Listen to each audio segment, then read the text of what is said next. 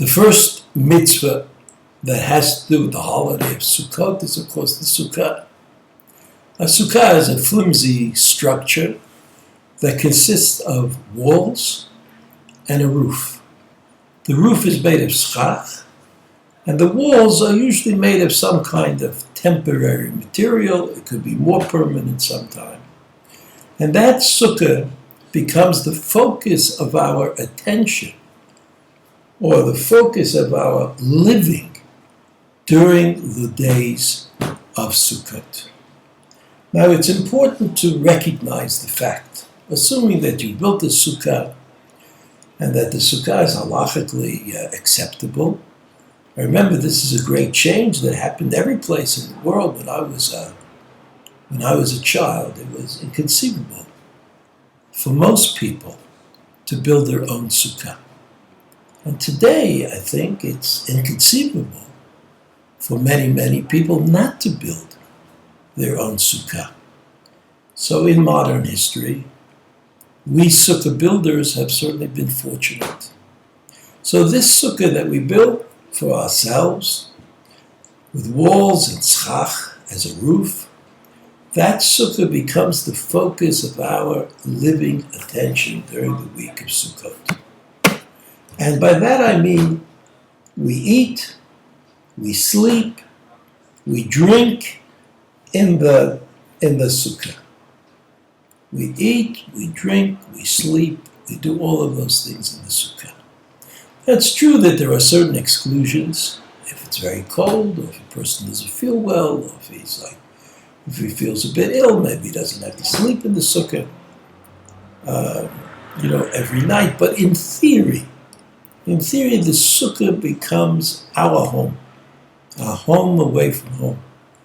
And even though the sukkah is usually built very close, in close proximity to our home, nevertheless, we are enjoined to leave our home and to go to the sukkah. Now, every time we do something in the sukkah which is seen as being like a permanent event, we make a bracha l'shev b'sukkah. And usually that event is connected to eating. Because when you sit down to eat, well, if you go to sleep in the sukkah, we don't know. Maybe you'll feel cold, maybe you'll feel badly, maybe you'll get up, maybe you'll leave. So we don't make a bracha. But when you sit down to eat in the sukkah, that's another matter. Eating in the sukkah, nobody's going to leave in the middle. The minhag in Yerushalayim, although it's not clear and obvious from all the poskim, but the minhag in Yerushalayim is that even mizonot, if you go into somebody's sukkah, he offers you a piece of cake, you make the bracha l'shev b'sukkah. You make the bracha that says, I am about to do the mitzvah of Yeshiva b'sukkah.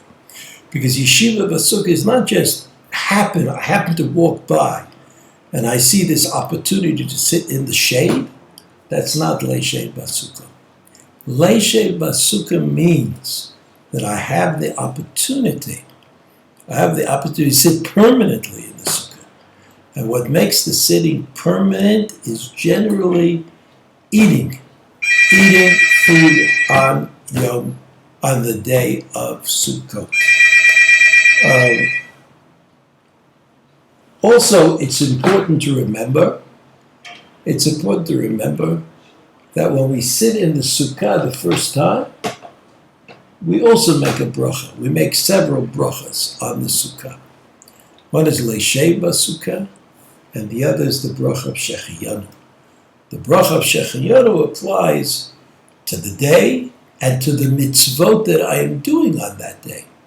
So I say Shechiyanu when I sit in the sukkah, the first time I sit in the sukkah, just as I say Shechiyanu the first time that I take the lulav and the etrog.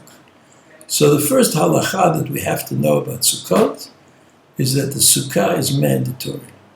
Every meal should be eaten in the sukkah.